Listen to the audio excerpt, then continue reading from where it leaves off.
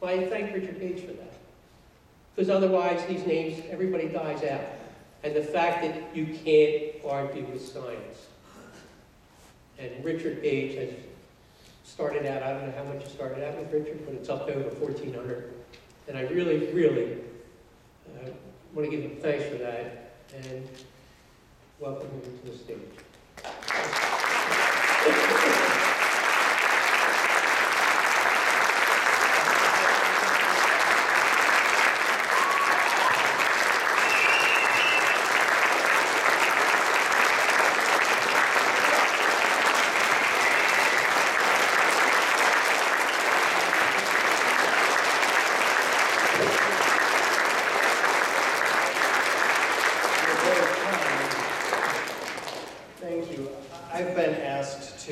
Evidence tonight, so I hope you'll come back and hear that. But right now, there's a little story to share with you that I've been asked to do. I came late on the scene, and I apologize for that. And I apologize for the thousands and thousands, hundreds of thousands of architects and engineers who are not here tonight. I'd like to extend my personal apology.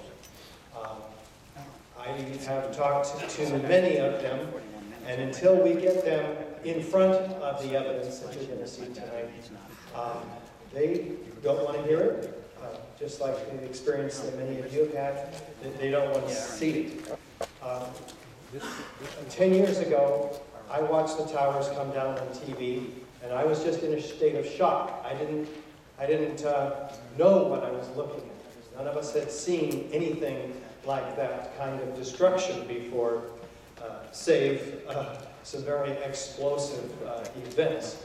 But, you know, we were told that it was an orange, and yet what we're looking at is an apple, and we're in a state of shock. And we don't use our rational faculties very well in that state. And what were we told, you know, right up front? This is what happened, this is how it happened, and we don't even use our faculties.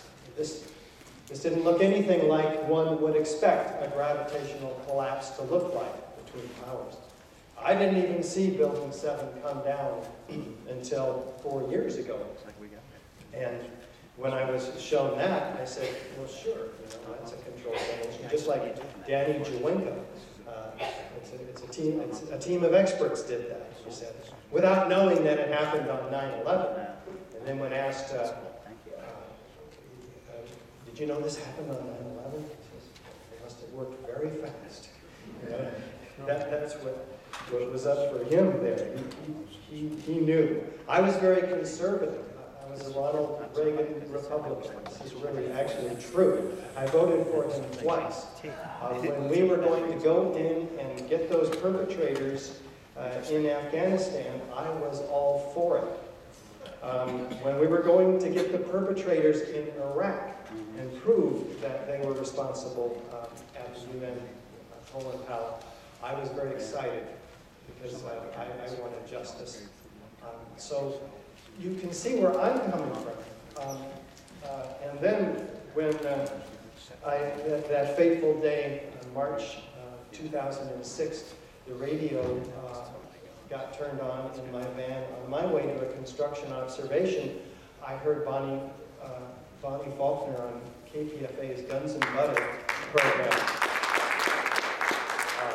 She's done an extraordinary job. One of the only stations, programs on that station, which is one of very few stations that would ever consider playing such a program. But the left gatekeepers on that program are extraordinary. But she got through. She's a volunteer. She put David Ray Griffin on, and I'm hearing this elder gentleman talk about all of this evidence for the explosive demolition of the Twin Towers, and the first responders who have experienced all of these explosions. 118 of them, of the 500 that were recorded by Thomas von Essen, Fire Chief Commission. And this evidence was withheld, and withheld for until 2005, when the city of New York was forced by the appellate court to release the information to the New York Times. And only then did we hear all of these people talking about flashes of light. This is all documented quite well, by the way, by one of our speakers at this conference, Graham McQueen, who has put this on a peer-reviewed paper, in a peer-reviewed paper on the Journal of 9/11studies.com. So I'm listening anyway to this evidence. And I just have to say, I was just in this kind of zone where I couldn't believe what I was hearing. It never before had I heard any alternative explanation as to how these towers came down. And I didn't have any reason to. He didn't sound like a kook, David Raper. And so I had to pull my van over and listen to the rest of it. I said, this is really important. And something got to me then. And I went that night or the next night, and there were 600 people packed into this auditorium, and they were sold out. I had to go home. I couldn't even get in the theater to watch it.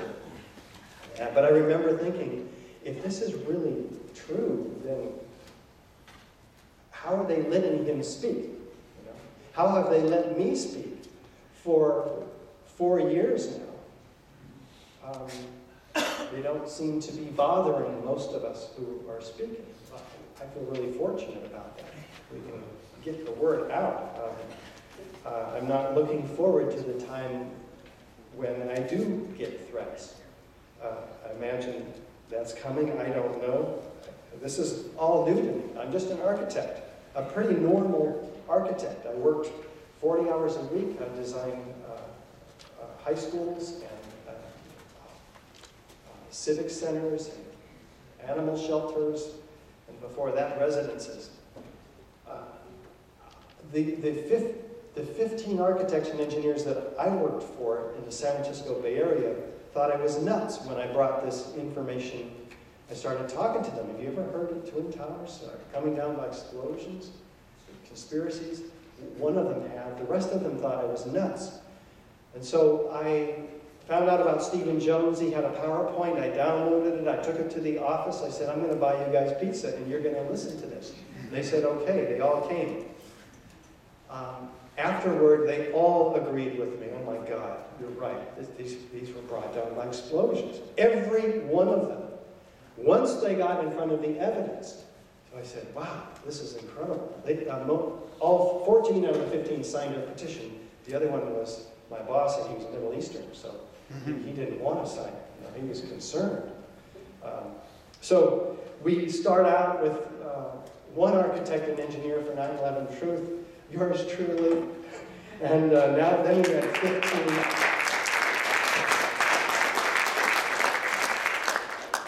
4 years later, we have 1,464 or something like that. Today it's really above.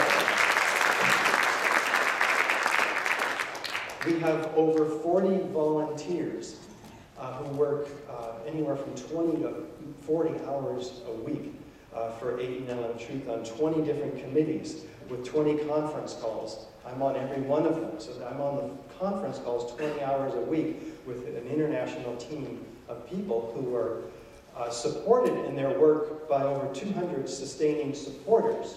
You can help, by the way, by giving anywhere from $10 to $25 to $100 a month. It can help us. I'm full-time. I earn now a salary, but it's far less than I was earning as an architect. And we have a secretary, and we have some paid staff, partially paid.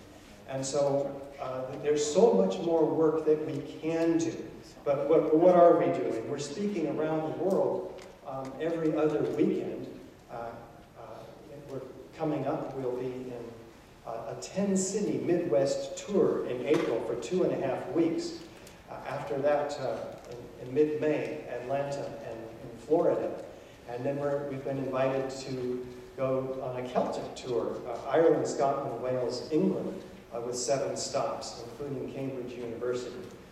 We are making a dent. We have a team of presenters that are presenting around the United States, and we need to develop that team.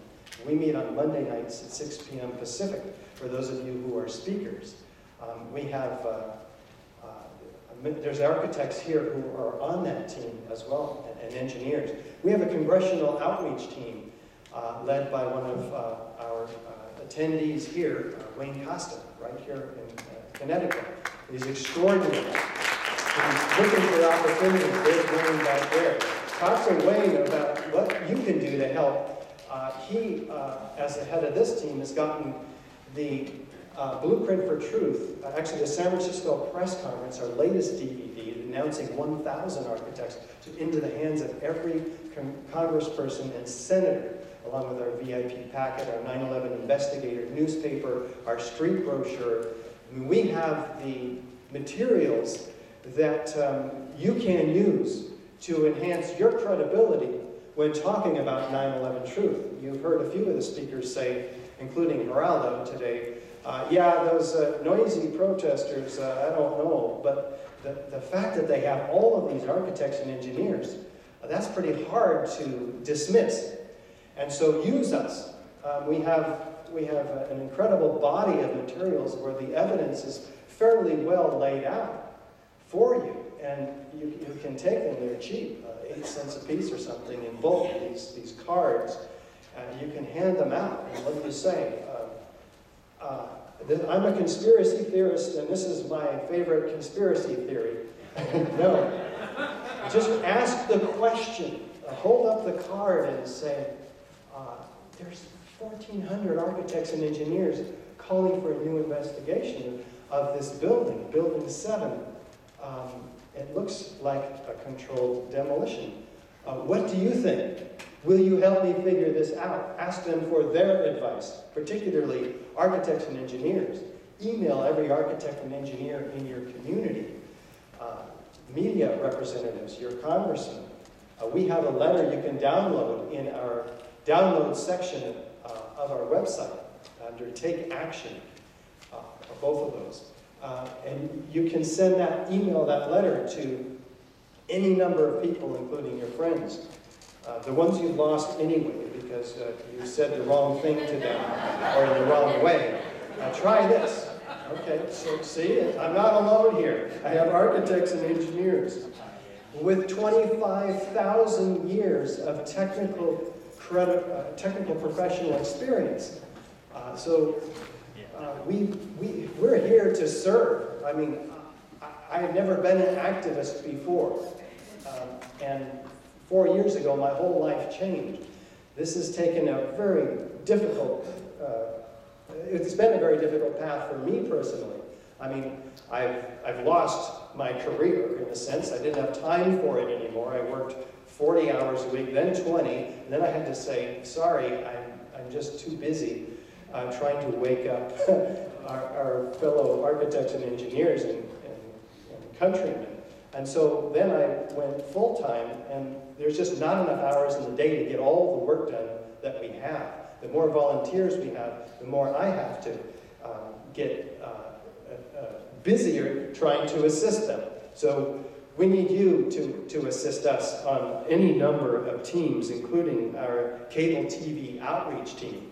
And you can join us at AE 9/11 Truth on one of these conference calls, but you can also just get Blueprint for Truth on your local cable. That can reach, there's 700 cable stations around the country, and we can reach hundreds of thousands of people that way. Many people have been reached. Our 9/11 anniversary events, where we're going to have vigils outside the county courthouses on September 8th or 9th, all across the country with the 20,000 supporters that will be